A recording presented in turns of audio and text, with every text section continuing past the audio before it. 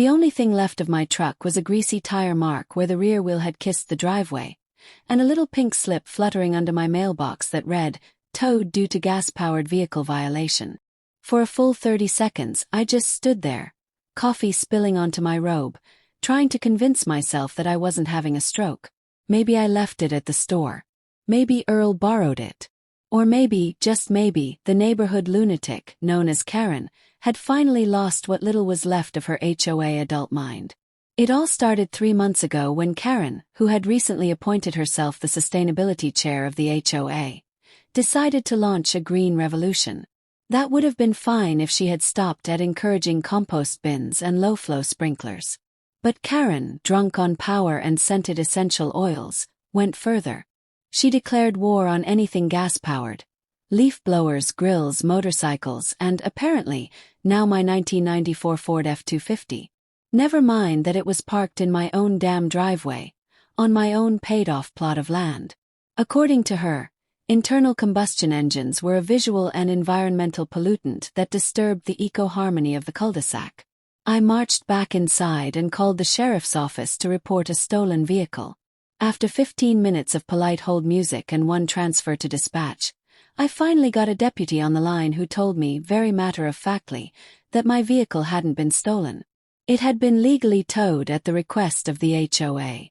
When I asked what law allowed an HOA to steal a man's truck out of his own driveway, the deputy just sighed and said, "Sir, it says here the HOA has amended rules about non-electric vehicles being parked for extended periods.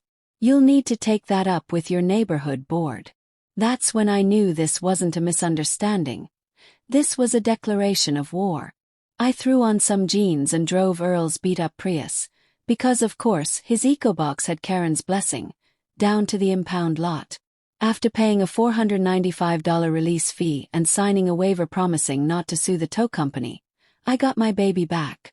She was dusty and a little scratched from the chains, but she started right up with a growl that probably gave Karen a hive back home. I barely had time to park before she emerged from behind her prize-winning hydrangeas. Karen stood there like she was auditioning for a Disney villain reboot. Visor, clipboard, and an unholy smirk. "You'll find," she chirped, "that Section 12A of the HOA's new sustainability charter prohibits prolonged presence of combustion engines on visible property zones." Visible property zones. You mean my driveway? Exactly. Your truck violates the Clean Air Initiative I passed in March. I stared at her, mouth open, heart pounding. You passed. You're not a politician, you're a nosy neighbor with too much time and an Etsy store. Her face didn't flinch. The vote was unanimous. You should have read the newsletter. We had a meeting, Tuesday 9 a.m. at the gazebo. Karen, I work exactly those hours. Well, those who care show up. I was halfway to losing it, and Karen somehow, feeding on my rising blood pressure like a smug solar panel, tilted her head and added, "Don't take it personally. Gas vehicles just don't align with our sustainability goals anymore. It's for the good of the community." Felt my jaw lock. For the good of the community. That's what she always said when she banned backyard fire pits. It was for the good of the community when she had someone written up for using a charcoal grill. And now, towing someone's personal vehicle off their own land. Still for the good of the community. Later that day, I sat on my porch with Earl and a bottle of warm root beer, watching the neighborhood through narrowed eyes. My pickup was back, but Karen had sent me a $1,000 citation in the mail, stapled to a 10-page printout of her eco-visionary guidelines. It included a color-coded chart ranking residents by sustainability compliance. I was listed at the very bottom, right below a gerbil. A guy named Dave, who installed a koi pond last summer and accidentally wiped out 3 native frog species, muttered, "You know, Earl, I think she's getting kickbacks from the tow company. That's her cousin's business, isn't it?" Blinked. "You think she's profiting off this?" Earl shrugged. "Wouldn't surprise me. She's got all these fines, all these new rules. Someone's getting paid, and it ain't us." That's when the seed of a plan started to sprout. I wasn't just mad anymore. I was curious. Who gave Karen this power? How was she changing rules without telling anyone? Why did no one else seem to be standing up to her? And most importantly, how deep did this madness go? The next morning I knocked on a few doors. Most folks opened with a nervous smile and shut the door as soon as I mentioned Karen. A few leaned in and whispered their stories. One guy got fined for using a gas weed whacker. Another had his barbecue shut down mid-brisket. One woman, bless her, told me she got a verbal warning for wearing a polyester blouse that Karen claimed emitted synthetic toxins. It wasn't just me. Karen had gone full HOA dictator, and everyone was too scared or too tired to fight her. But I wasn't scared. I was retired. I had time, I had tools, and I had an old gas-powered beast that still had some fight left in her. That night I walked out to the driveway and gave the F-250 a slow pat on the hood. "They tried to bury you," I muttered. "But they didn't know you were a seed." Inside, the mailbox lit up with a new notice from the HOA. Another violation. This one said, "Repeated non-compliance may result in legal escalation." But I didn't tear it up. I pinned it to the garage wall, right above a blueprint Earl had drawn up for something called Operation Cart Trap. Karen thought she'd won. She thought this was about a truck. She had no idea what was coming.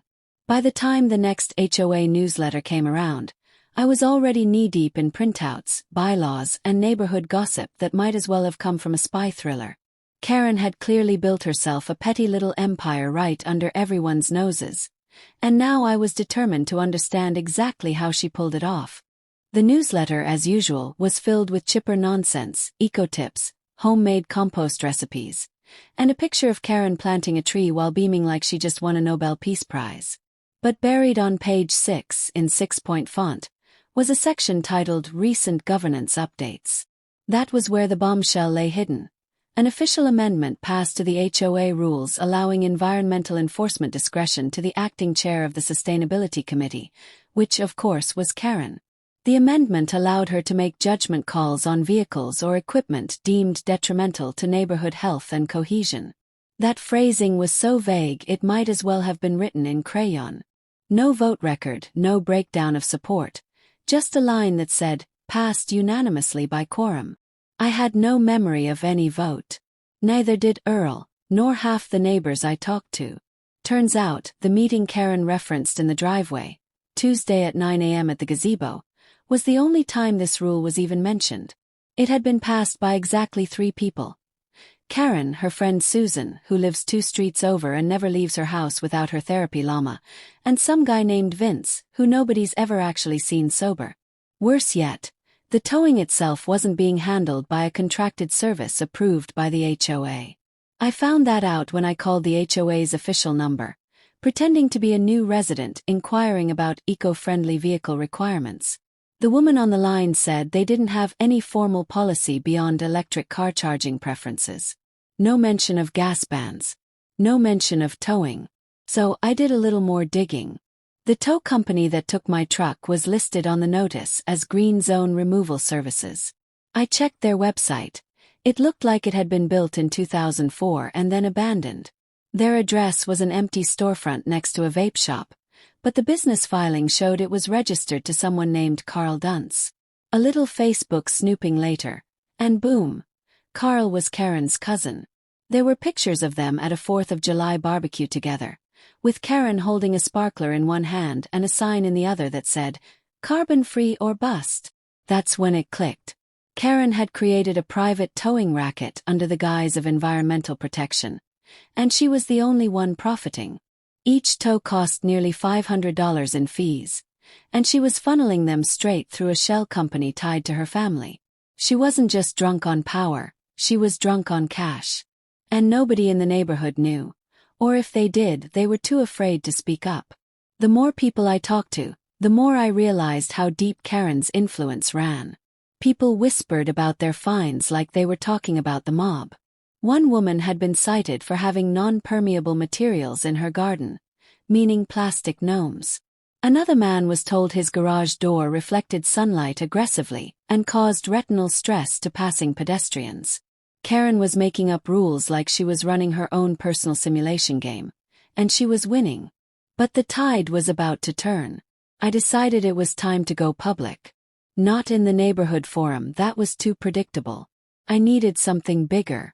Something that would expose Karen for what she truly was. Monitored and ruthlessly censored by Karen herself, but in the town's Facebook group, a place for lost pets, rummage sales, and more recently a hotbed of HOA grievances, I posted everything. The fake amendment, the shady towing company, the family connection, even screenshots of Carl and Karen together. I ended it with a question. Are we living in a community or a dictatorship? The post went semi-viral by small-town standards. Within an hour, it had dozens of likes and comments. Neighbors I hadn't spoken to in years came out of the woodwork to share their own Karen horror stories. One woman claimed Karen fined her for letting her cat walk on untreated grass. A guy down the street said he got cited for washing his car with non-eco-certified soap. The dam was breaking. And then, just as quickly as it had started, the post was gone. Deleted. Not flagged, not hidden, gone. I got a message from the group admin, a woman named Feline, apologizing profusely. She said Karen had sent a cease and desist letter, claiming the post was defamatory and inciting unrest. Feline didn't want legal trouble. I didn't blame her, but I wasn't stopping there. Karen wanted a fight, and she was going to get one. The next morning, I woke up to a fine taped to my front door. This one was for defamation and community disruption. $1,200. That's when I knew Karen was monitoring me directly. She wasn't just reacting to rumors. She was watching me, waiting. That's when I noticed the new addition. A small black camera mounted on a tree across the street, angled perfectly at my driveway. Karen had installed surveillance. Earl came over later that day, holding a bag of cheese puffs and a pair of binoculars. He sat on my porch and started scanning the neighborhood like he was auditioning for the FBI. "She's spiraling, man," he said. "But that's good. People like her. They crack when the mask slips." He was right. Karen was so used to people folding under pressure. She didn't know what to do when someone pushed back. So I decided to up the ante. I bought a new lawn sign, big and bold. It read, "Warning, property under watch. Combustion powered and proud." I parked my truck at an angle so the sign reflected off the hood like it was a showroom display. That same day I got another fine. This time for provocative symbolism. $2,000. But here's the thing. Karen didn't realize that by escalating the drama, she was giving me more ammunition. Every ridiculous fine, every deleted post, every passive-aggressive email she sent out under the guise of community cohesion, I saved it. I built a file so thick it looked like I was preparing for a court case. And in a way I was. But I wasn't just collecting paper. I was planning. Because the only thing better than fighting fire with fire is laying a trap and letting your enemy walk right into it. Karen had made one mistake too many. And I had just the idea to make sure the next tow she ordered would be the last one she'd ever try. The next move had to be perfect, subtle enough not to give Karen a reason to escalate again, but bold enough to set the hook. I wasn't going to just keep playing defense while she nickel and dimed the neighborhood into submission. It was time to flip the script. That's when Earl, chewing on a piece of beef jerky and staring at a scribbled diagram on my garage wall, blurted out, "What if we made a fake gas-powered truck like a decoy? But it's actually electric underneath. Give her just enough rope to hang herself." I looked at him for a long second, halfway between laughter and admiration. Earl was nuts, no question, but sometimes genius lived right next to crazy. Decoy vehicle. Something that looked like a violation, screamed gas-powered, and baited Karen into acting without thinking. It wouldn't just trap her. It would expose her. We spent the next 3 days in Earl's workshop, dusting off old electric go-kart parts, some salvaged scooter batteries, and the body of a retired golf cart he'd won in a poker game. The thing looked ridiculous at first, but once we fitted it with fake exhaust pipes, chrome trims, and even a dummy fuel cap, it started to resemble a compact mini-truck. We painted it a dusty matte blue, added a couple of dings and scratches for realism, and even bolted on an old Ford emblem just to twist the knife. Earl cackled the whole time, calling it the Karen Catcher. It ran quietly, smooth as silk, and completely electric.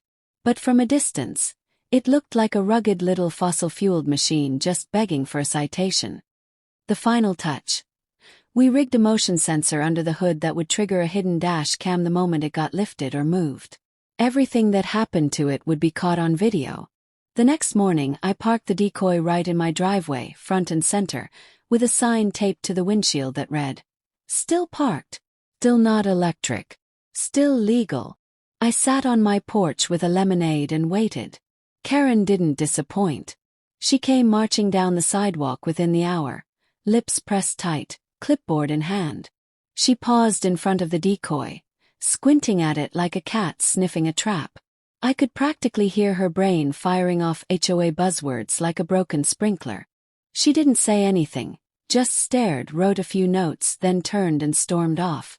I gave her exactly 24 hours, just enough time for her to work herself into a righteous frenzy. At 6:43 a.m. the next day, a flatbed tow truck rolled down the street. Same company as last time. Green Zone Removal Services. Same greasy driver with the bad mustache. I didn't say a word. I just watched from inside the garage with Earl, both of us crouched behind my toolbox like kids spying on Santa. The driver hooked the decoy, raised it onto the bed, and drove off with it like it was just another notch on his belt. I gave it 10 minutes, then pulled out my phone and checked the dash cam feed. It had worked perfectly, video, audio, everything. We had footage of the tow, the damage, and the plate numbers. We waited an hour, then drove to the impound lot. The place looked even more run down than last time, with a sagging fence and a plastic folding table for a front desk. I walked in, showed my ID, and asked for my truck. The clerk looked confused, glanced outside, then pointed to the back lot. When I got there, the driver was staring at the decoy like it had personally betrayed him. The hood was open, wires dangling, and he was scratching his head. "Hey," I said casually. "Is there a problem?" "This thing ain't gas-powered," he muttered, annoyed. "It's electric." "What the hell is this?" Smiled. "That's entrapment, my friend.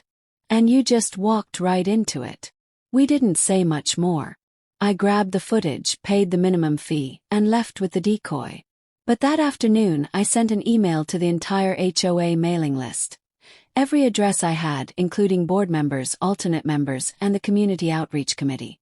The subject line: "Proof of HOA misconduct and unlawful towing video inside."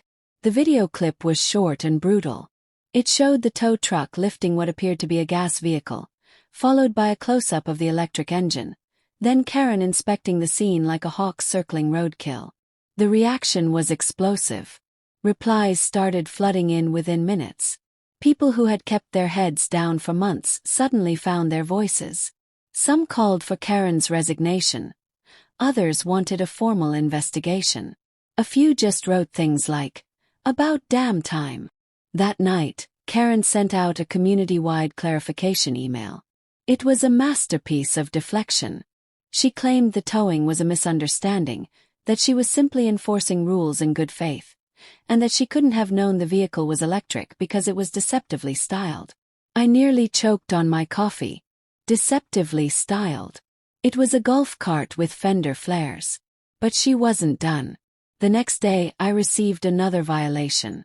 This one was for deliberate manipulation of HOA enforcement protocol, and came with a fine of $3,000. It accused me of intentionally creating a false visual disturbance, whatever that meant, and interfering with administrative operations.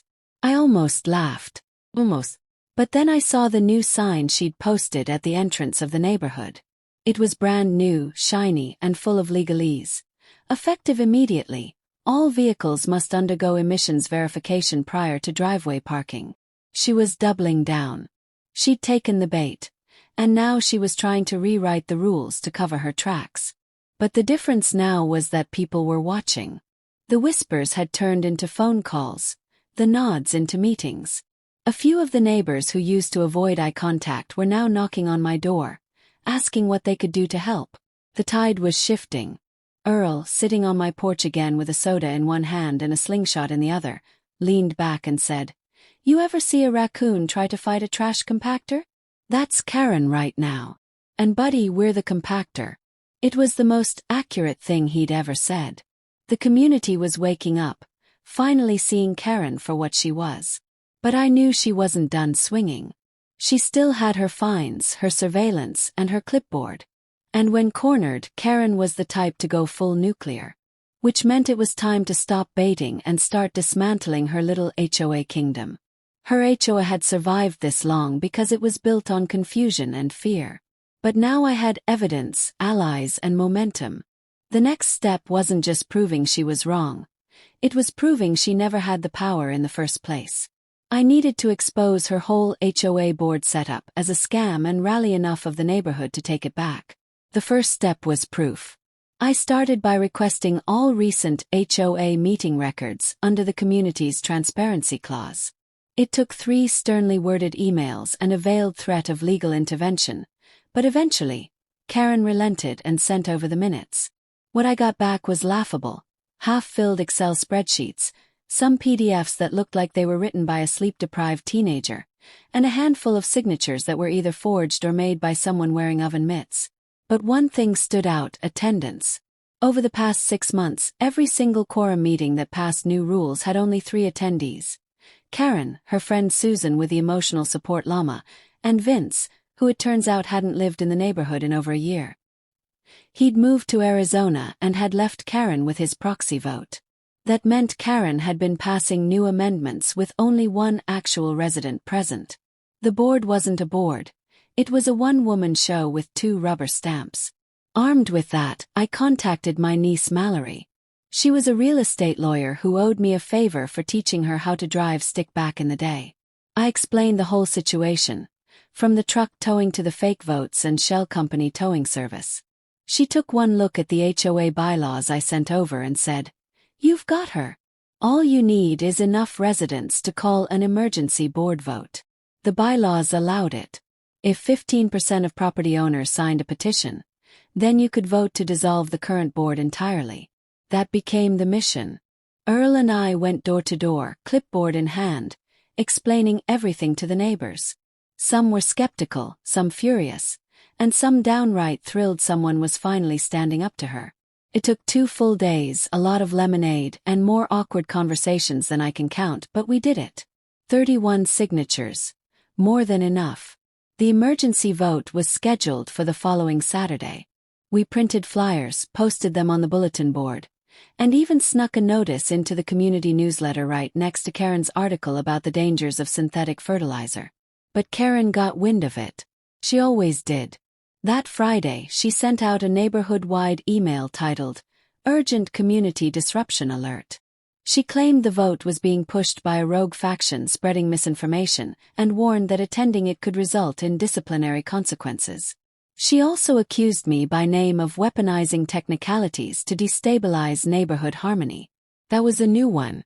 I printed out the email and taped it to my garage wall next to the growing shrine of Karen's greatest hits. Saturday came, and with it the showdown. We set up folding chairs and tables at the neighborhood gazebo. Ironically, the same place where Karen passed half her bogus rules. People showed up in droves, more than I expected.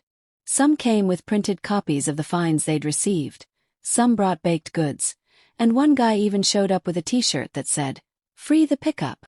But just as we were preparing to open the vote, a city vehicle pulled up.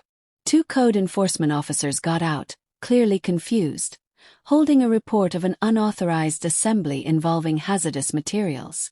Karen had called them in again, claiming we were storing gasoline and violating local safety codes. I was ready for her this time. Mallory had already filed the emergency vote paperwork with the county HOA registry. Everything we were doing was legal. I handed the officer the documents, the code, the bylaws, the signatures. He read through them, looked around and said, "You're fine. Just keep the noise down." Karen showed up 10 minutes later. She looked like she'd aged 5 years in a week. Her hair was frazzled, makeup smudged, and she was holding a stack of binders like a lifeline. She marched up to the gazebo and shouted something about illegal activities and community sabotage. But by then nobody was listening. The vote went ahead. Secret ballots counted in front of everyone. 91% voted to dissolve the current HOA board. Karen's face didn't twitch. She didn't scream, she didn't faint. She just stood there silently blinking as her clipboard slowly dipped down to her side. For the first time she had no rule, no citation, no threat to hide behind. The new board was appointed on the spot. I didn't run. I didn't want the job. I just wanted my truck, my driveway, and my neighborhood back. The next day, Karen's front yard was quiet. No signs, no motion sensors, no flower bed announcements, just a for sale sign hammered into the grass, as crooked as her whole reign had been. Rumor had it she was moving to a more regulation-aligned community, whatever that meant. The new board met within a week and voided all unpaid fines issued over the last year. Refunds were processed. The towing contract with Green Zone was terminated, and a formal complaint was filed with the county. Mallory even helped file a civil suit to recover damages for everyone Karen had extorted. For the first time in months, the neighborhood felt like a neighborhood again. People waved, talked, brought out their grills and their dogs. Someone even started a driveway concert series called Combustion Beat. I finally parked my Ford F-250 right where it belonged, nose out in the driveway, polished up and proud. Earl brought over a six-pack and toasted to one less clipboard tyrant in the world. As the sun went down, someone cranked up some old-school country music, and for the first time in a long while, I sat back in my rocking chair and didn't have to look over my shoulder. But even as the wind died down and the neighborhood settled into peace, I kept one thing pinned to the garage wall. The final fine Karen sent me, the one for $3,000. Not as a reminder of what she'd done, but of how fast things fall apart when good people stay quiet. The real victory wasn't that we'd stopped her. It was that we remembered how to stand up together. The first time I sat back in my driveway with a beer in hand, no violation slips fluttering in the mailbox, no surveillance camera blinking from across the street, and no fear of hearing the whine of a tow truck engine in the early morning, I realized just how deep Karen's grip had gone. It wasn't just about rules or fines. It was about control. The subtle kind that seeps into your daily routine until you stop planting what you want in your garden, stop parking your own truck on your own land, and start asking yourself if using a charcoal grill will cost you half your savings. Now, for the first time in a long while, everything felt normal again, or at least peaceful. But peace is a funny thing. It makes you wonder if the war is really over. And in this case, I wasn't so sure. A week after Karen's board was dissolved and the new one took over, the neighborhood was still riding a high. There were backyard barbecues every other day, lawn chairs popping up like mushrooms, people laughing freely without worrying about whether their laughter violated some noise ordinance written in crayon. Even the kids seemed louder, braver. There was this lightness, like the entire street had exhaled at the same time. But I couldn't help noticing that Karen hadn't actually left yet. Her house hadn't sold. She hadn't packed a single box. Her trash bins were still out on schedule, and one evening, I caught a glimpse of her standing behind the curtains, watching everything like a ghost haunting her own downfall. That's when I got the letter. It didn't come in a fine stamped envelope like the others. It came in a plain white one, no return address, slipped under my door. It wasn't a threat, at least not in the legal sense. It was a full-page rant, typed in bold, furious font. She called me a saboteur, a manipulator, said I'd ruin the future of a progressive community, and that I would regret being on the wrong side of environmental history. It ended with a cryptic line that read, "Not all rules are written, and not all wars end with paper ballots." I didn't know whether to laugh or lock my doors. I showed the letter to Earl, who was sitting in my garage, polishing the "Free the Pickup" sign like it belonged in a museum. He read it twice, then handed it back and said, "She's unhinged but not dumb."